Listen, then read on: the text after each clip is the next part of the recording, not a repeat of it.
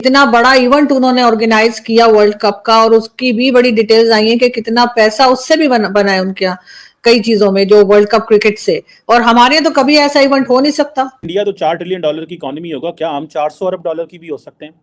इन्होंने ना कोई आज तक जंग जीती है और ना कोई जीतने का चांस है। इकोनॉमी 4 ट्रिलियन की बनती जा रही है जी, और एक जगह पे हमें रिलीफ मिल रहा है कि हमें लोन मिल रही है। तो दोनों को अगर कंपेयर किया जाए तो इंडिया इज फैंटास्टिक। इंडिया की तरक्की का राज क्या है? इतनी तेजी से इंडिया की इकोनॉमी ग्रो करके समझते बालातर है। मैं तो कहता हूँ कि इंडिया हमें एक झटके में खरीद ले, हम लोग ऐसे हैं। इंडिया की जो इकोनॉमी है, जो नॉमिनल जीडीपी ग्रोथ रेट है, वो 10% से ज़्यादा है, ठीक है जी। बजट एस्टिमेट्स के मुताबिक 3.78 ट्रिलियन के करीब है। अब कहा जा रहा है कि अगले फिस्कल ईयर में इंडिया की इकोनॉमी जो है जीडीपी 4.2 ट्रिलियन पे चली जाएगी, एज पर दी IMF डाटा। कि इंडिया की इकोनॉमी 4 ट्रिलियन से क्रॉस हो गई। अब जो ज़्यादा जो शेयर है ग्लोबल इकोनॉमी में, वो इंडिया और चाइना का होने वाला है अमेरिका के बाद। जो अगर मोदी साहब ये इलेक्शन जीत जाते हैं, तो ये जो 15 साल नरेंद्र मोदी को मिलेंगे, दिस इज वो हम कहते हैं ना, ये 15 साल, 15 years of stability, 15 years of economic growth. आप जितनी मर्जी गालियां निकालें, और फलाना है, टमकाना है, कश्मीर में ऐसे कर दिया, उसने वैसे कर दिया, पीपल लुक इट कि इसने अपने लोगों के लिए क्या किया। कुछ बिलियंस का गैप रह गया है भारत की इकोनॉमी और जापान की इकोनॉमी के बीच में, और फिर और कम गैप रह गया है भारत की इकोनॉमी और जर्मनी की इकोनॉमी में।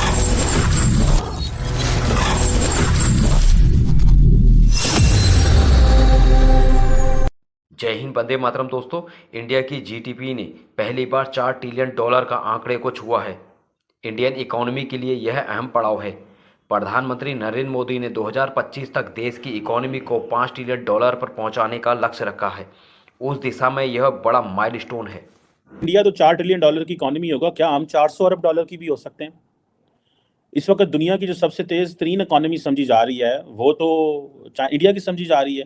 चाइना की इकॉनमी भी जो है वो स्लो होती जा रही है। ये जो क्वेश्चन है, ये बड़े इंपॉर्टेंट है। हमें इस सवाल को समझना है कि हम कहाँ पे हैं।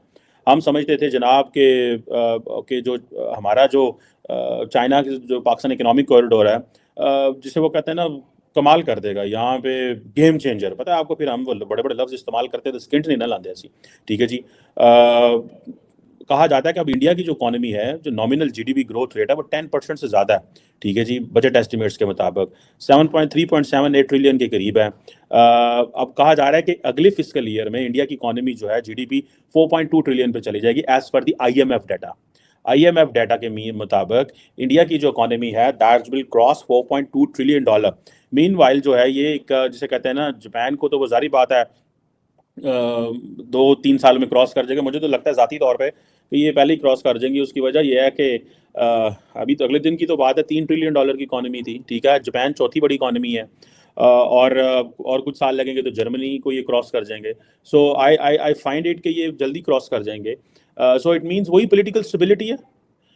एवरेज जो ग्रोथ रेट है 9% से ज़्यादा होगा, और 2027 अगले जो अगर मोदी साहब ये इलेक्शन जीत जाते हैं, तो ये जो 15 साल नरेंद्र मोदी को मिलेंगे, दिस इज वो हम कहते हैं ना, ये 15 साल, 15 years of stability, 15 years of economic growth. आप जितनी मर्जी गालियां निकालें, और फलाना है, टमकाना है, कश्मीर में ऐसे कर दिया, उसने वैसे कर दिया, पीपल लुक इट कि इसने अपने लोगों के लिए क्या किया। अपने लोगों के लिए किया, लोग उसी तरह बात करते हैं ना। लोगों को इस चीज़ से तो कोई गर्ज नहीं है ना कि पाइन तोड़ियाँ गल्ला ना मनिया नहीं कि नहीं मनिया, होता ही है ना। तो ये चीज़ जो है, इस हवाले से मुझे तो खटकती है कि हमारी इकॉनमी जो है वो कहाँ पे जाएगी, और किधर जो जिसे कहते हैं ना, हम कहाँ पे जाके खड़े होंगे।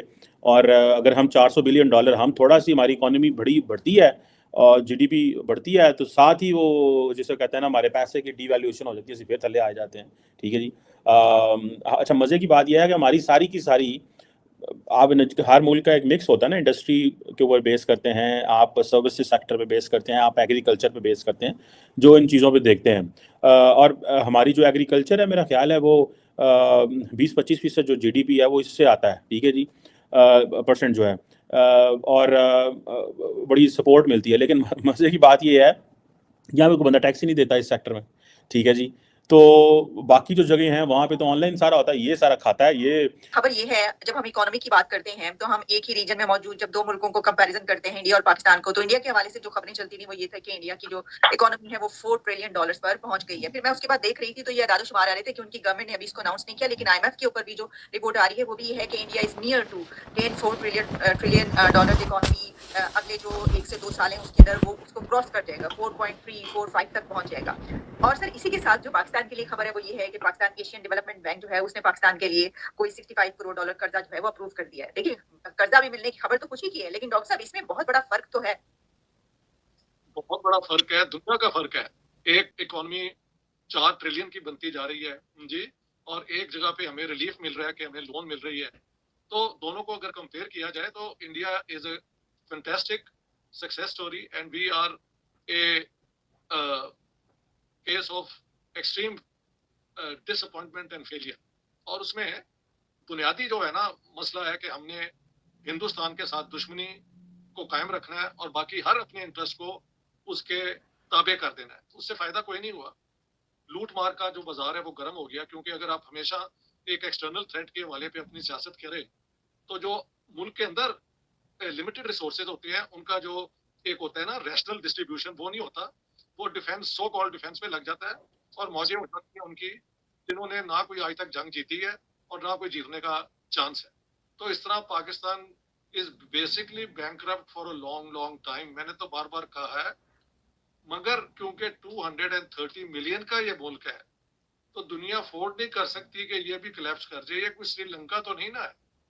सो पाकिस्तान इज अ वो मैडलिन ऑलब्राइट जो है यूएस की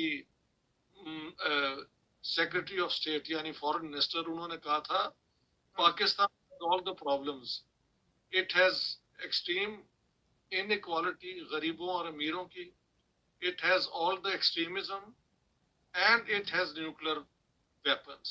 So it is an international migraine. Migraine वो होती है सर दर्द जो जिसका इलाज ही कोई नहीं है। तो ये पाकिस्तान उसी डगर पे आज तक चलता आ रहा है।